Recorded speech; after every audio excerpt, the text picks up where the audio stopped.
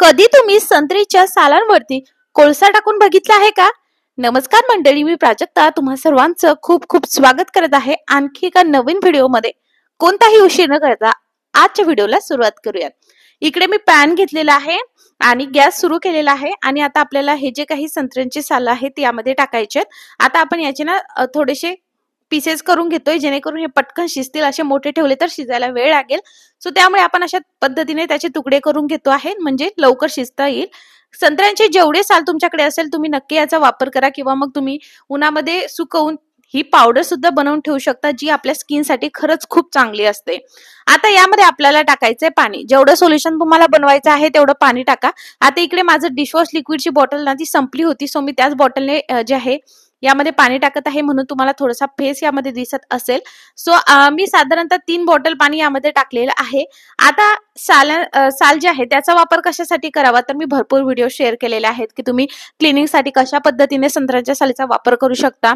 So आज जो आहे तो काहीसा भन्नाट असा हॅक असणार आहे. सो शेवटपर्यंत नक्की बघा. कोळसा घ्यायचा आहे तुम्हाला जेवढी पावडर बनवायची किंवा तुमच्याकडे जर कोळसा भरपूर प्रमाणात असेल तर एक वेळ तुम्ही पावडर नक्की बनवून ठेवा. कोळशाचा जे आहे खूप छान पद्धतीने आपण वापर करू शकतो क्लिनिंगसाठी. पहिल्या काळामध्ये आपल्या आजी आजोबांच्या काळामध्ये चूल राहायची तर मग राखेने भांडी घासली जायची तर एवढी स्वच्छ ती निघायची. डिशवॉश लिक्विड नसायचं किंवा काहीच नाही पण ती राखेनेच खूप अगदी पांढरं शुभ्र भांडी निघायची. पण आपल्याकडे जर कोळसा असेल तर आपण त्याचा का नाही वापर करावा? जर तुम्ही गावाकडे असाल तर नक्कीच तुम्हाला कोळसा नक्की मिळेल. सो पावडर करून घ्यायची एकतर मिक्सरच्या भांड्यातून किंवा मग अशा पद्धतीने खलबत्त्याने कुटून घ्यायचे. अगदी बारीकही नको अति आणि अति जाडही नको अशा पद्धतीने हवं.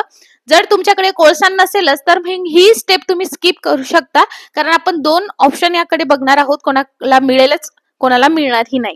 ठीक आहे. अशा पद्धतीने ही पावडर तुम्ही एअरटाईट कंटेनर मध्ये ठेवू शकता. आता तुम्ही बघू शकता इकडे 5 ते 7 मिनिटं आपल्याला ही संत्र्याची सालं हाय फ्लेम वरती शिजवून घ्यायची आहे. तोपर्यंत हे पाणी जे आहे आपल्याला उकळून घ्यायचे किंवा संत्र्याची साल उकळून घ्यायची जोपर्यंत हे साल सॉफ्ट होत नाही. तुम्ही बघू शकता संत्र्याचे साल हे व्यवस्थित शिजलेलं आहे आणि त्याचा जो काही कलर आहे पाण्याचा तो तुम्हाला केशरी दिसेल तर समजून घ्यायचं संत्र्याची साल हे शिजलेली आहे. हवं तर तुमच्याकडे लिंबू असेल जे की साल तुम्ही फेकून देतात त्याचे साल सुद्धा तुम्ही यामध्ये वापरू शकता. संत्री असेल, लिंबू असेल किंवा मोसंबी असेल त्याचे साल सुद्धा तुम्हाला वापरून घ्यायचे आहे आणि अशा पद्धतीने पाणी वेगळं करायचं आणि संत्रीचे साल हे जे आहे वेगळे करायचे. आता आपल्याला ह्या पाण्याचं काम असणार आहे. जर तुमच्याकडे कोळसा नसेल तर मग तुम्ही हे ऑप्शन चूज करू शकता. यामध्ये तुम्हाला टाकायचं आहे साधारणतः डिशवॉश लिक्विड अंदाजे टाकायचं कारण तुम्ही पाणी किती घेतलंय त्या हिशोबाने तुम्हाला हवं तर इकडे टाकायचं आहे. मी 4 चमचे घेतलेला आहे. नसेलच डिशवॉश लिक्विड तर मग इकडे निरम्याचा वापर करा वॉशिंग पावडरचा. त्यानंतर यामध्ये तुम्हाला टाकायचं आहे बेकिंग सोडा. सिट्रिक ऍसिड बिलकुल आपण वापरत नाही आहोत तसंही संत्रीमध्ये ते असतं आणि सिट्रिक ऍसिड पावडरची मी जे आहे तुम्हाला म्हणत आहे ते जर वापरलं तर मग आपल्या भांड्याला जे आहे चरे पडू शकतात किंवा छिद्र पडू शकतात म्हणून आपण ते अवॉइड केलेलं आहे. आता तुम्ही बघू शकता जी सोल्युशन आहे ते पूर्ण केशरी झालेला आहे म्हणजेच काय तर संत्र्याचा जो काही अर्क आहे तो पूर्ण आता यामध्ये उतरलेला आहे. हे सोल्युशन तुम्ही एका कोणत्याही जी डिशवॉश लिक्विडची बॉटल तुमच्याकडे असेल किंवा मग कोणती पाणी पिण्याची जुनी बॉटल असेल त्यामध्ये तुम्हाला हे भरून ठेवायचं आहे. हे आपल्या संत्रीपासूनचं मस्त असं घरच्या घरी भांडे घासायचं लिक्विड आपण तयार केलेलं आहे. खूप छान पद्धतीने भांडे निघतात कारण संत्र्याच्या सालीपासून आपण त्याच्या स्किनसाठीच नाही तर त्याचा वापर आपण आपल्या घरातील भांडे स्वच्छ करण्यासाठी सुद्धा करू शकतो. सो जर तुमच्याकडे कोळसा नसेल तर तुम्ही हे सोल्युशन असं नक्की बनवून बघा आणि कोळसा असेल तर कोळशाचा वापर सुद्धा अवश्य भांडे घासण्यासाठी नक्की करा. तो कसा हा मी तुम्हाला समोर सांगणार आहे.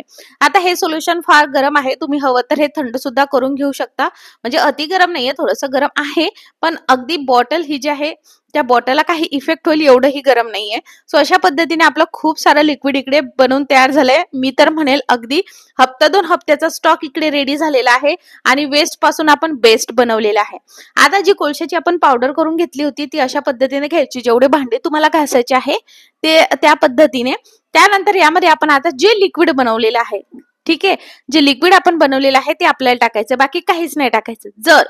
जर तुम्ही संत्र्यांच्या सालीचा वापर केला म्हणजेच काय जे आपण नेहमी बघत असतो की संत्र्याच्या साली जे आपण शिजवून घेतल्या त्याचा सुद्धा आपण वापर करतो त्याची तुम्हाला पेस्ट करायची आहे आणि जे लिक्विड आपण बनवलंय ना, म्हणजे त्यामध्ये बेकिंग सोडा टाकायचा, डिशवॉश लिक्विड आणि सगळं मिक्सरमध्ये काढून ते सुद्धा डिशवॉश लिक्विड तुमचं बनू शकतं किंवा मग त्यामध्ये तुम्ही ॲडिशनल कोळसा सुद्धा टाकू शकता.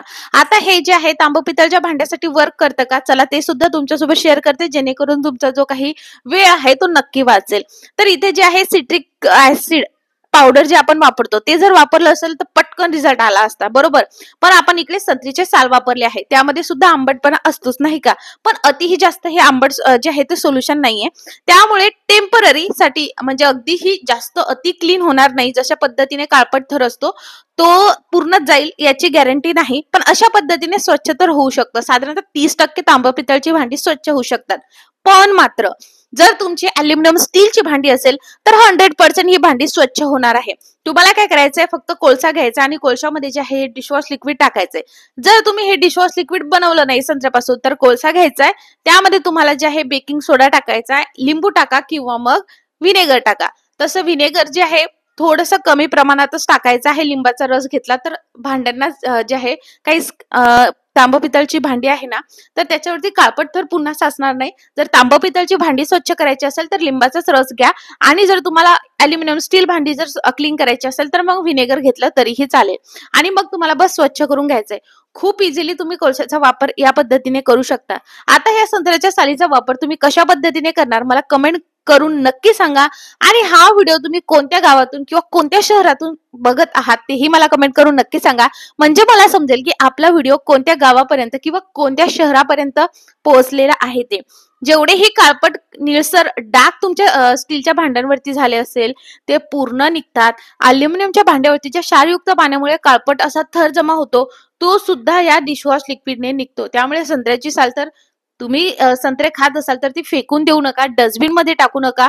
एक वेळ जेवढे तुम्ही संत्रे जे आहे ते आणले असेल, रोज एक तरी संत्रा आपण खातोच ना, तर तेच तुम्ही साचवत ठेवू शकता, त्याला काही होत नाही. हवं तर तुम्ही ती ड्राय होऊ दिली तरीही चालेल, नंतर तुम्ही शिजवले तर ती व्यवस्थितरित्या शिजली जाते आणि रिझल्ट अगदी तुमच्या समोर आहे. तुम्ही बघू शकता किती छान पद्धतीने भांडी जी आहे ते चमकतात. भांडीच नाही तर गॅस ओट्यावरती किंवा स्पेशली किचनचा जो बेसिन एरिया राहतो त्याच्या आजूबाजूला क्षारयुक्त पाण्यामुळे पांढरे डाग होतात. तर ते पांढरे डाग निघण्यासाठी किंवा किचन ओट्याचा चिकटपणा निघण्यासाठी सुद्धा तुम्ही या सोल्युशनचा वापर करू शकता. टाइल्स क्लीन करण्यासाठी सुद्धा या सोल्युशनचा वापर करू शकता आणि मेन म्हणजे फरशी पुसण्यासाठी सुद्धा तुम्ही बाहेरचं लिक्विड न वापरता या लिक्विडचा वापर करू शकता. ऑल इन वन मस्त असा लिक्विड बनवलेला आहे. तुम्ही एक वेळ अवश्य ट्राय द्या. सगळा चिकटपणा यामधनं जो आहे तो निघून जातो आणि खूप छान असा रिझल्ट येतो. तुम्ही एक वेळ नक्की ट्राय करा आणि तुम्ही बघणार की खरंच जो काही मस्त असा संत्रीचा स्मेल आहे त्या डिशवॉश लिक्विड आपण बनवला आहे तो सुद्धा त्यामधनं येतो आणि जर भांड्यामधनं काही दुर्गंधी येत असेल तर ती निघण्यास सुद्धा मदत होते. स्पेशली नॉनव्हेजचे जे भांडे असेल जसं की फिश बनवलं असेल किंवा मग एग वगैरे बनवले असेल तर स्मेल येतो ना भांड्याचा तर तो निघण्यास सुद्धा खूप मदत होते. आय होप मंडळी तुम्हाला हा व्हिडिओ फार आवडला असेल. व्हिडिओ आवडला असेल तर मित्रपरिवारासोबत नक्की शेअर करा. व्हिडिओ जर फेसबुकवर बघत असणार तर लाईक करा, फॉलो करा. युट्यूबवर बघत असणार पहिल्यांदा बघत असणार तर लाईक करा आणि सबस्क्राईब केल्याशिवाय बिलकुल जाऊ नका. तुम्हाला कशा रिलेटेड व्हिडिओ हवा आहे हेही मला कमेंटमध्ये नक्की सांगू शकता. व्हिडिओ बघितल्याबद्दल खूप खूप आभार.